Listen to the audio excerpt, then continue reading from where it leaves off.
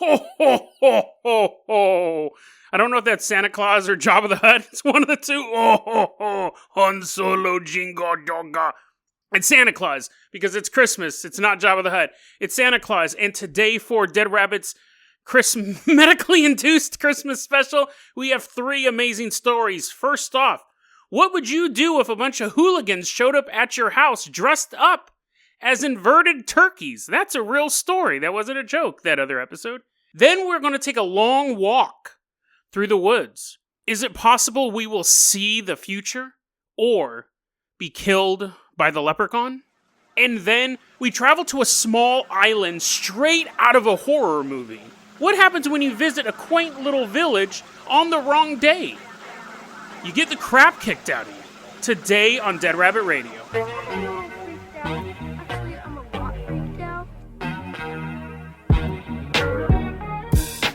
Hey everyone, welcome back to the Christmas miracle episode of Dead Rabbit Radio. I'm your host, Jason Carpenter. I'm having a great day, and I'll explain that in a second. I hope you guys are having a great day as well. We got a ton of stuff to cover. This is probably going to be a longer episode. But first off, I want to bring in our newest Patreon supporter, Piddlepoo. Everyone give a round of applause to Piddlepoo as he's hang gliding in. He's doing circles above our head. He's taunting us with the power of flight. Piddle, you're going to be our captain, our pilot this episode. Can't support the Patreon, I totally understand. Just help spread the word about the show. Really, really helps out a lot. So as Piddlepoo's flying around in circles, he's getting super dizzy. He's like, oh man, I don't even like hang gliding. Let me explain to you where we're at with the show. So the show is coming back at the beginning of January. Today, I released 2 episodes. The episode that it was right before this one was already recorded. It wasn't edited. I had to go to the hospital because I had AFib. My heart went into AFib. Once again, the doctors believe that it's caffeine and nicotine, that it was substances, basically substance abuse. But this time they're sending me to a cardiologist. Last time they did an echocardiogram. My heart's fine. That's the thing. They keep running all these tests. They go, your heart's fine. You don't have any blood clots. We see no problems. My biggest issue right now is they said you're abusing your body with. They didn't say that. They weren't that dramatic. Dr. House didn't come in and kick my bed. He goes, you're taking in too much caffeine. So I'm going through serious withdrawals right now. I was having about 9 to 10 caffeinated beverages a day. I'm down to 1. You hear the misery in my voice? On top of that, I started using nicotine again during the summer. I was ingesting about 15 to 20 nicotine lozenges a day. I'm down to 2. So I'm just absolutely miserable right now. I've been sitting here for the past week, just kind of being miserable, eating a bunch of peanut butter and jelly sandwiches for some bizarre reason. That helps. I did want to get a Christmas episode out for you guys, but I am going to still be there's going to be no more episodes after yesterday's episode that came out today. I know it's complicated, but then I'm still going to take some time off. I'll be back at the beginning of January. But I want to let you guys know, I was getting a lot of emails. I really appreciated the emails. Some of you guys were telling me to get better. Some of you guys were worried. Don't be worried. Just be worried that I'm not going to go and beat up a chicken walking down the street because I'm withdrawing from nicotine and caffeine. It's rough. It's really rough. But my health-wise, I'm fine. I'm going to see my cardiologist, who actually happened to be, I didn't know this. My cardiologist is going to be the guy that I used to do jujitsu with. So I'm sure I'll get beat up. I'm sure he'll call me a wimp a couple times. Come on, you big wimp. Your heart's fine, dork. But I am fine. I'm just really going through withdrawals, and I'm just not feeling good in that sense. But I did need to take time off. So I appreciate that you guys have given that time to me. That's enough of that medical stuff. Pushing it out of the way, pushing over hospitals. Get out of our way, medical establishment. We have a story to tell. Piddlepoo, I want you to jump off of that hang glider. I'm going to give you the keys to the festively decorated Jason Jalopy. And it has it's just candy canes. Just candy canes hanging everywhere. And it has elves in the carburetor. They're just living there. They're like, oh, this is the worst story ever. That made no sense, but they're in there anyways, and I'm not going to edit it. Go ahead and hit the gas pedal. We are leaving behind Dead Rabbit Command, and we are headed out to Finland.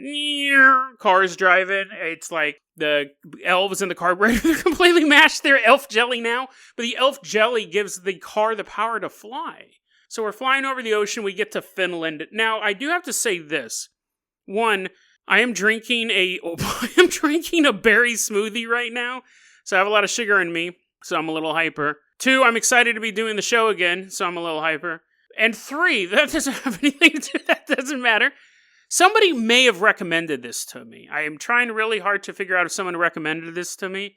If you did, go ahead and let me know, because I would have notes of it somewhere. But I may have found it on my own. But I just want to say, if this sounds familiar to you, I will give you credit if you did recommend it to me.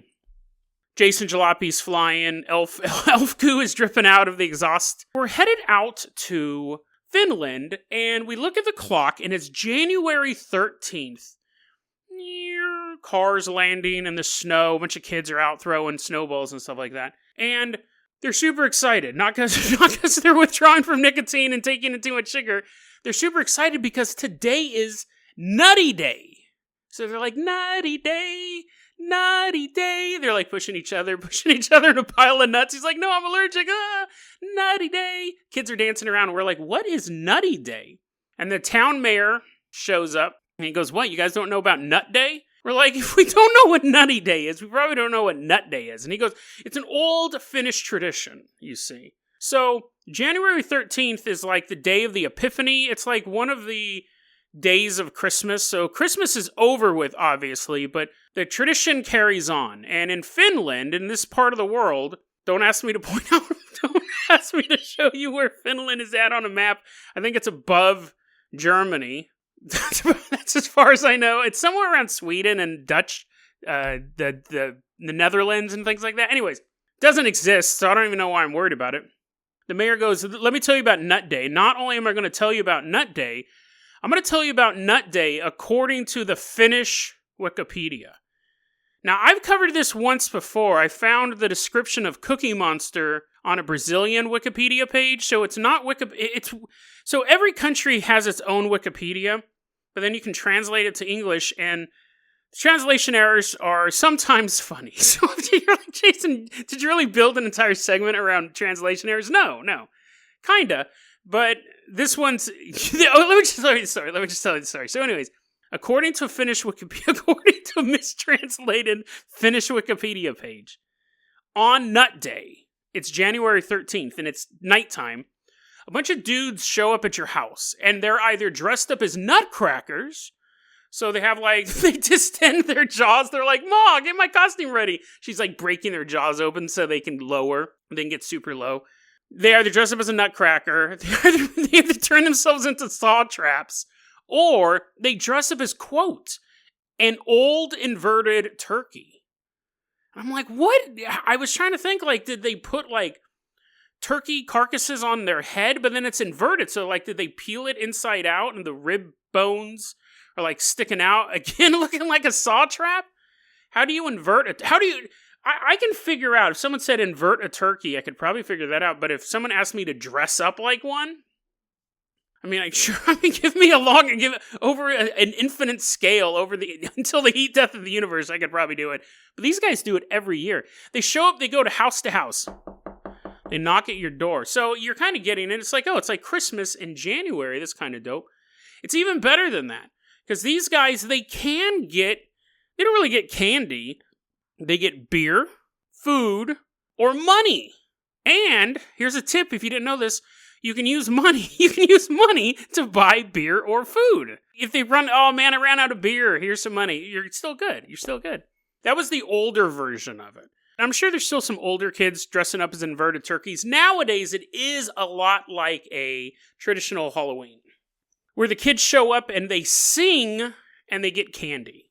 No beer for the kids. No money either. But, you sing, you get candy. The kids show up and you answer the door and you go, are the nuts going to sing? And then the kids sing, which I think might actually be more irritating, because one of the most irritating things in life is a child singing. You're like, Jason, where has your soul gone? No, let me finish this. This is one of the most irritating things in the world to me. A child singing and insisting to sing the whole song. Like, I get it. Old Town Road. You sing the first two, I go, it's pretty good. And then they're like, Da, da, da, da, da, da, da. I was like, oh yeah, you're pretty good. And then they're like starting going to the bridge. I'm like, oh my God, I get it. You can sing. You can verbalize words out of your throat. I don't need to hear the third chorus. Kids just need to like sing. They just need to sing a couple lyrics. TikTok, 7 seconds, like a TikTok video. And then I'll give them some candy. That irritates me when kids keep singing. It's a weird pet peeve of mine. I get it. I get it. I was never a fan of Kids Incorporated. I was like, no, shut it off after 7 seconds. Anyways, that would irritate me. I would move. So what is Nutty Day? It's a real holiday. The inverted turkey, because then I went to the English version of Wikipedia to find out if any of this madness was true. An inverted turkey was a translation error. They dressed up as goats, which is actually less terrifying as opposed to a turkey turned inside out. But a goat man's pretty scary knocking on your door. So that is a good costume. I would give that guy beer to get him away. The tradition still exists. It's changed into this childlike version of Halloween meets Christmas. But Nutty Day starts with the kids demolishing everything Christmas related in their house. First off, they eat all the ornaments. Not like the glass ornaments. You know, like all the edible ornaments. The popcorn, tinsel, and like the candy canes. The kids they have to wait till January 13th. So all that stuff is super stale at that point. It's super gross. There's ants in the popcorn. But they eat all the edible decorations off of the Christmas tree. Then they go to the gingerbread house that they've built. They built it before Christmas. They probably built that like on the 20th. At this point, this thing is half a month old. They don't eat it. They don't eat the gingerbread house, though. They smash it. They smash it to pieces. They just pound it into dust. And then they might be able to eat the dust. I'm not for sure. They leave one gingerbread man to witness all of the destruction, and then they save him till next year. They put him in the cupboard and said, tell your people what happened here. And then they shut the cupboard. They shut the cupboard door, and there's a bunch of other gingerbread men from past Christmases locked in the darkness. So they do. They don't torture the gingerbread population. And then to end it all off, that's not enough, right? Eating your Christmas tree, destroying your house, a gingerbread house, not your own house. They then take their Christmas tree and they get rid of it. And you're like, yeah, of course. They just don't like keep that. They throw it out their window. Now, you could say, yeah, Jason, it's not like Fall Guy. It's not like a stunt man. They open the window up, they throw it out. They do. They don't make it smash through their window. However, they usually go to the second story of their house and throw it into the street. They just left it there. So by January 13th, towns in Finland would be littered with Christmas trees. Not my problem. Someone else would have to pick them up. That tradition just ended like 10 years ago. Up until the early 2000s, people were still throwing Christmas trees off of second or third story buildings. If you're really rich, you have a third story, fourth story. That's only for Bill Gates. But you throw these Christmas trees out of your house. That signifies the end of Nutty Day. So that's a nutty way to spend Christmas. Am I right, guys? Am I right? And everyone's just kind of like, yeah, you waited 15 minutes to tell that pun. I did. But what I didn't wait for was my blood sugar to go down, because I'm obviously still hyper. Piddlepoo, call in that Dead Rabbit Dirigible. We're going to say goodbye to this Finnish town as we're dodging Christmas trees getting thrown at us. Take us up and away in that Dead Rabbit Dirigible. We don't have a far way to go, I don't think, because again, I'm not really for sure where it's at on the map, but I'm pretty sure it's close. We're leaving behind Finland. We're headed out to Sweden.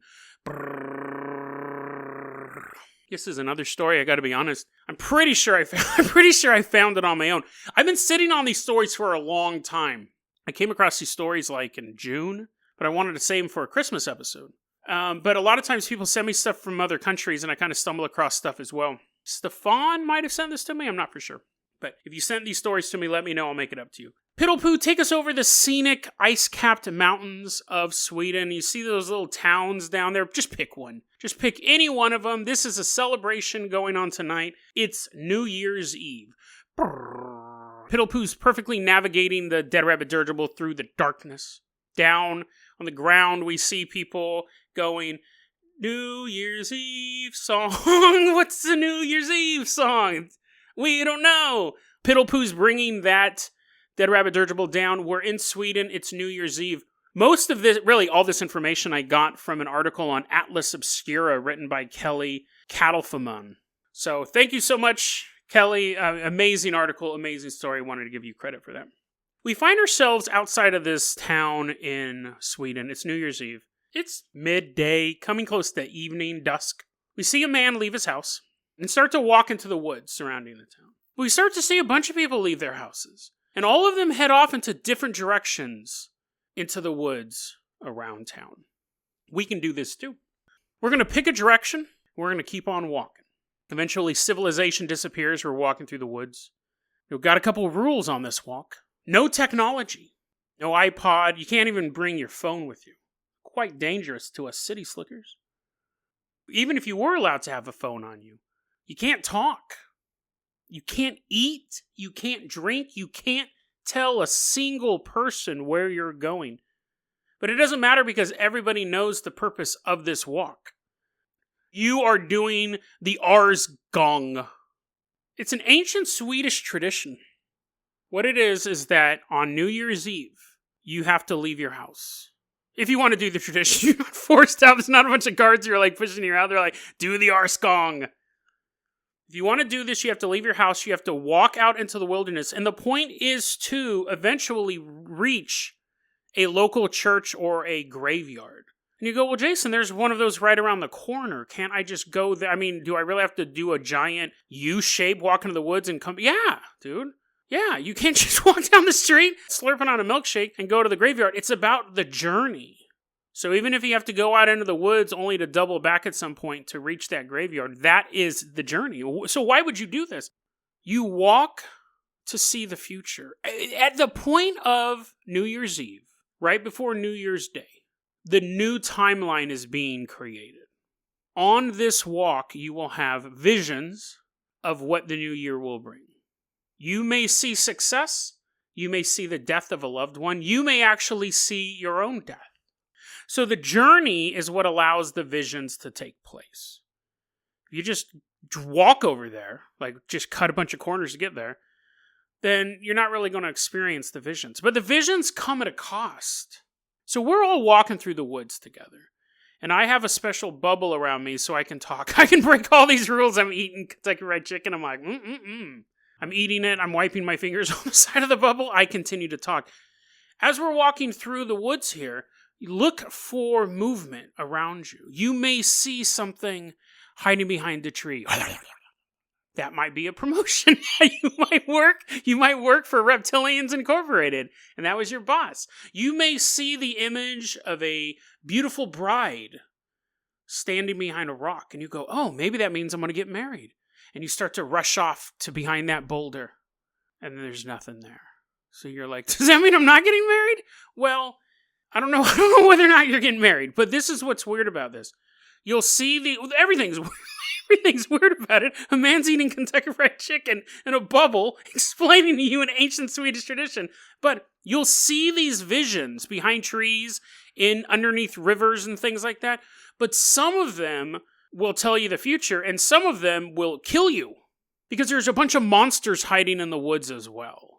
They're watching you. This is the time they know they want to get some sweet, sweet human flesh. Everyone's going to be walking in the woods this night. It's basically BlairWitchesMatch.com.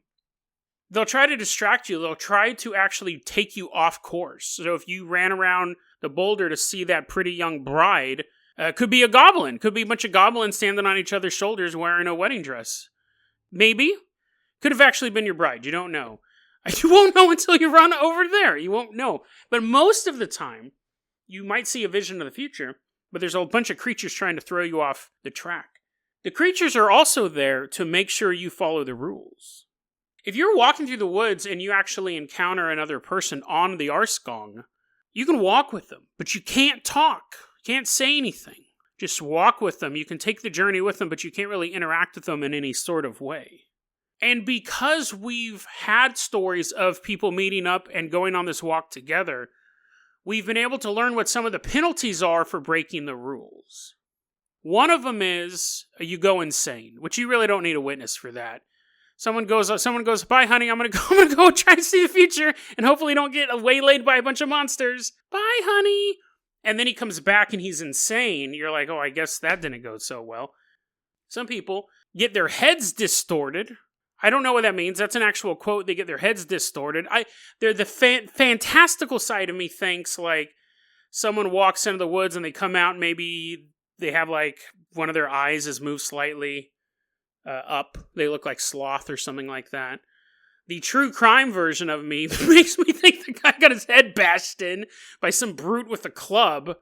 That'd actually be a great place if you're going to be a serial killer, to go to a place where a bunch of people are always walking around in the woods, and if people just disappeared or went insane, they'd go, the police aren't going to investigate it. They're like, oh, they just probably got attacked by a bunch of goblins in a wedding dress. I don't know. If I was going to be a serial killer operating in any area, I would choose this place or the edge of a volcano, because I would never be caught. There'd never be any bodies, but they would. The cops would probably wonder why there's always this Jason-shaped silhouette on the edge of a volcano. They're like, we do have a lot of missing people up there. And that guy did say on his podcast that he liked pushing people. I never said I liked it. Jury, Your Honor, I never said I liked pushing people into a volcano. I'm just saying if I was a serial killer, I would either kill people in Sweden or at the edge of a volcano. But that aside,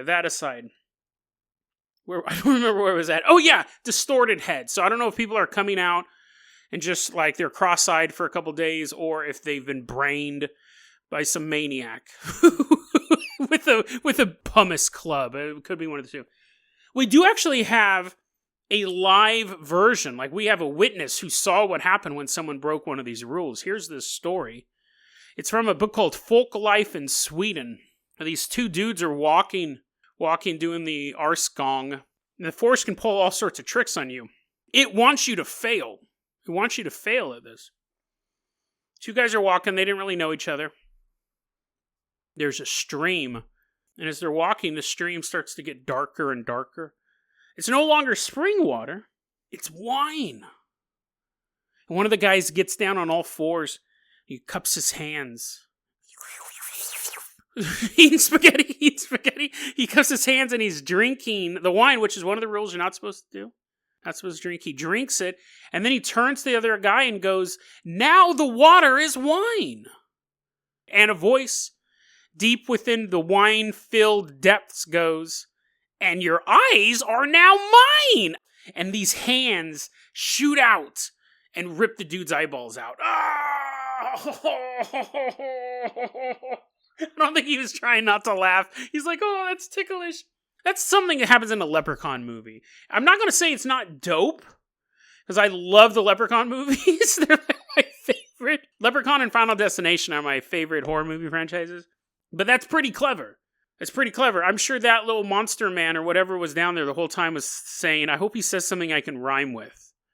Hope he wasn't like, hey, wait a second, that doesn't make sense now that I think about it, because that homeboy was speaking Swedish. So it wouldn't rhyme. It would be like, flunkin' dunkin' something, and then the creature would be like, your eyes, I'm gonna eat your eye. Like, it wouldn't rhyme. Man. I don't even want to finish this story now. Anyways, I will. Oh, yeah, this one was pretty dope. I will finish this, because this one's actually better. There's another story. This guy was out for a walk. He saw some, because it can, again, it's all about distracting you. So, sure, getting your eyeballs ripped out, it's a pretty big distraction. I don't think you're going to finish your walk. But this guy, he didn't drink the wine. He didn't follow the goblins in the wedding dress. He didn't let anything bug him. But he saw an unusual sight. This would distract anyone. He saw a bunch of rats pulling a cart of hay. So it's like a little cart of hay, regular-sized rat, and they're pulling it across the ice. But even that doesn't distract him. That doesn't distract him at all. He's like, okay, you seen one rat pulling hay? You seen them all. I'm on a quest to find out what the future is. Then we get this passage, quote, "One of the rats slipped on the ice and fell on his back while farting so loudly it could be heard across the whole parish." That's going to distract you, right? The guy laughed really, really loud. This rat farted, and he didn't get to see the future. He didn't get to see the future, but he did get to see a rat slip and fart. That's all the future. That's all the future you need. That story you can tell forever. Yeah, sure, you'd be like, yeah, the grains are going to grow. You might die. You might die. They're like, what do we want to know? I don't know, but I got to see a rat fart. And a rat fart so loud, everyone in town heard it. Actually, he probably farted. And he comes back to town. They're like, dude, Johan, what happened? He's like, it wasn't me. It was the rat. There's actually a video game based on this, which you can download. It'll be in the show notes. I would play it. It's for the Apple phone. I don't have those. If you do, though, you can play that. But let's say you don't want to walk out in the forest. Let's say there's no forest around you. There is another Swedish tradition you can do. If you take the porridge spoon, okay, you have to have porridge. It's not as easy as I thought. You have to prepare porridge. But if you know how to do that, I think it's just oatmeal, right? Oatmeal with yogurt. You take porridge and you take a porridge ladle, a porridge spoon. You walk around your house 3 times counterclockwise before Christmas dinner. Then you'll see the future. So if you can't run through the forest and have your eyeballs ripped out, or outrun me as I'm throwing lava at you, or hearing rats fart, just make some porridge, walk around your house counterclockwise 3 times. It will tell you the future. So you can do that. That is how you can play that at home. But we got one more thing to cover here, guys. This episode is a Christmas episode, so we're going a little long. Piddle poo. Let's put you in the seat of that Carpenter copter. It is festive as well. Candy canes. That's all it is. It's just candy canes. All the instruments are made out of gumdrops. I hope you can fly. Hope you can fly only using visuals. We are leaving behind Sweden and we are headed out to the Netherlands. This one was a recommendation. I do know who recommended it to me. Patron of the show, Rolf. Amazing story. Thank you so much for the recommendation. And it's quite spooky. We're going to end this Christmas episode on a spooky one. Piddle poo is flying. Now we're going to land right here, right on the Netherlands, which is like a country place. But then there's like islands off the side of it. It's not a geography podcast, ladies and gentlemen. And the reason why I wanted you to land here, Piddle poo, is because part of the story is we have to take this ferry. So we see this boat coming towards us. Sorry for those of you who were sleeping. Ferry's coming towards us. Now, it's December 5th. It's every December 5th. This isn't any particular December 5th. As we're getting on the ferry, we're handed a note. Every person getting on the ferry says, warning. I don't know if it said warning, but it said, attention. Maybe it was more polite than that. There's a festival going on the island of Ameland. You don't come this weekend. Find something else to do. Go to Sweden, get your eyeballs ripped out. Just don't come this time of year. Yours sincerely, the Ameland Bureau of Tourists. And we're like, what? Now, they don't prevent us from going, but they highly suggest we don't go. Mainlanders, don't come to the island. I nod to Piddle poo. He knows what to do. He's choking out the captain of the ferry, putting on his clothes. We now have control of... We didn't need to do that. They would have taken us there anyways, but we now have control of the ferry. We are headed to Ameland. It's a tiny little island. Population 3,600. That's super small. But on December 5th, it's the week of the celebration.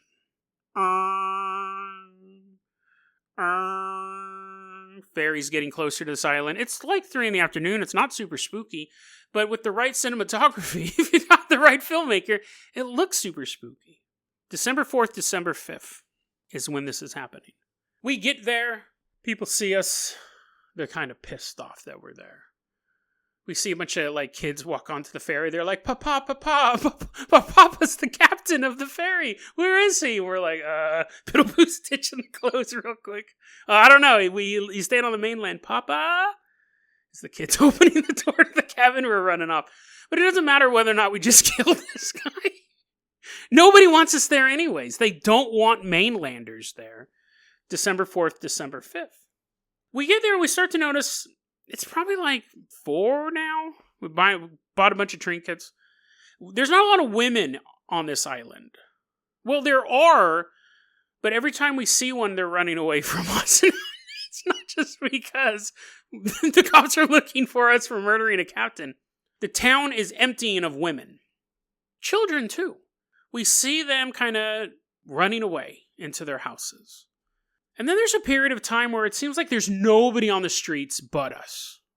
It's 5 p.m. It's kind of dark now. Walking through the streets of this little town.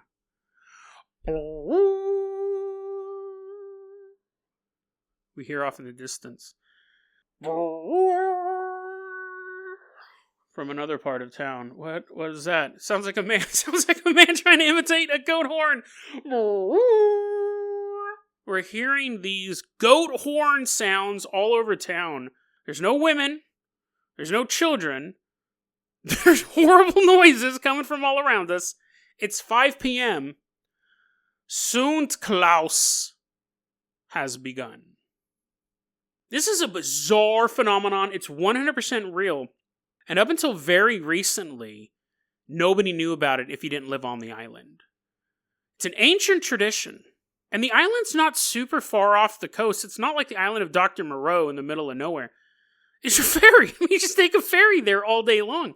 But they've done a really good job at keeping it under wraps. Rolf was saying most people in the Netherlands don't even know about it. But recently, a couple, like Vice did an article on it. A couple of journalists have gone there. They heard rumors. They went there with cameras, were taking pictures. I guess I should say this too. I forgot this detail. The journalists tend to get harassed when they cover this. So if I don't come back in January, if you find me like under layers and layers of goat fur, somewhere out in the middle of some field, I probably just had a really good nap. I became a fur trader and quit the podcast, or I was waylaid by Klaus. But so this is a real thing people still don't know a lot about, and you get in trouble if you talk about it. It's a secret society / Christmas celebration. Here's the rules. As we're now hiding inside, here's the rules.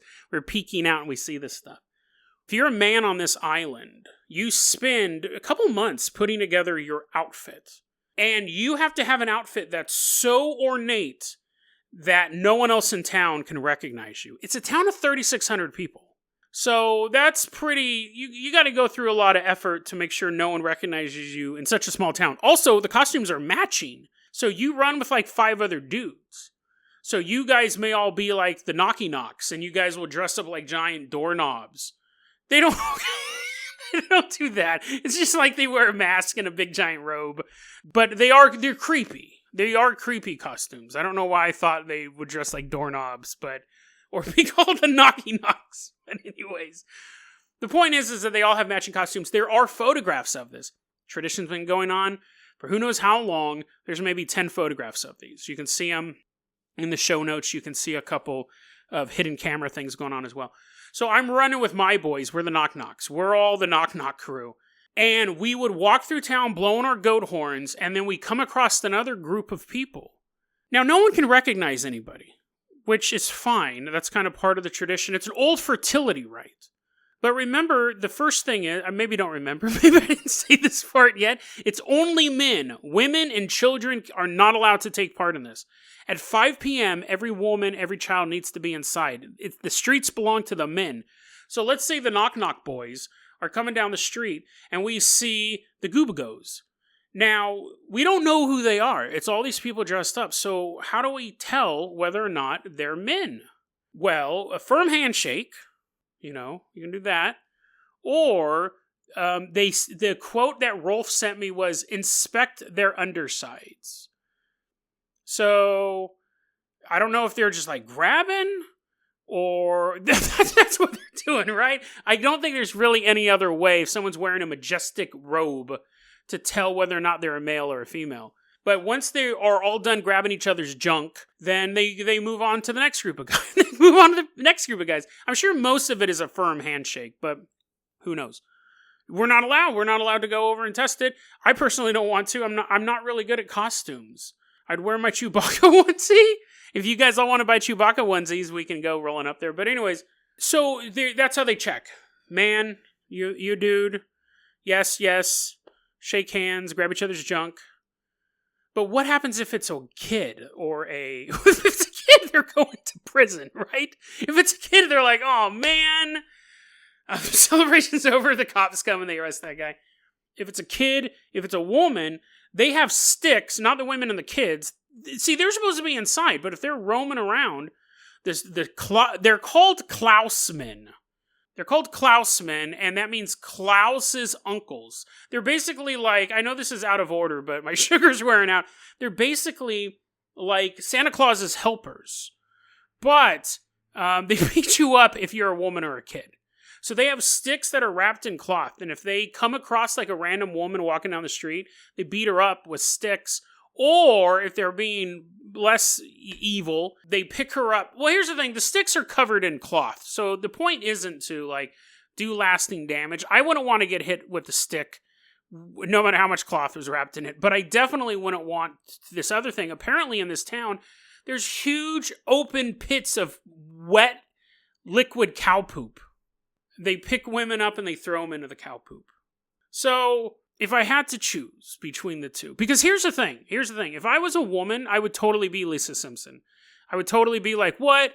Society says I can't do that? Well, then I'm going to do that. So when I was reading this, I thought, what would I rather do? Have someone hit me with a stick wrapped in cloth, or to get a whole body full of warm, wet cow poop?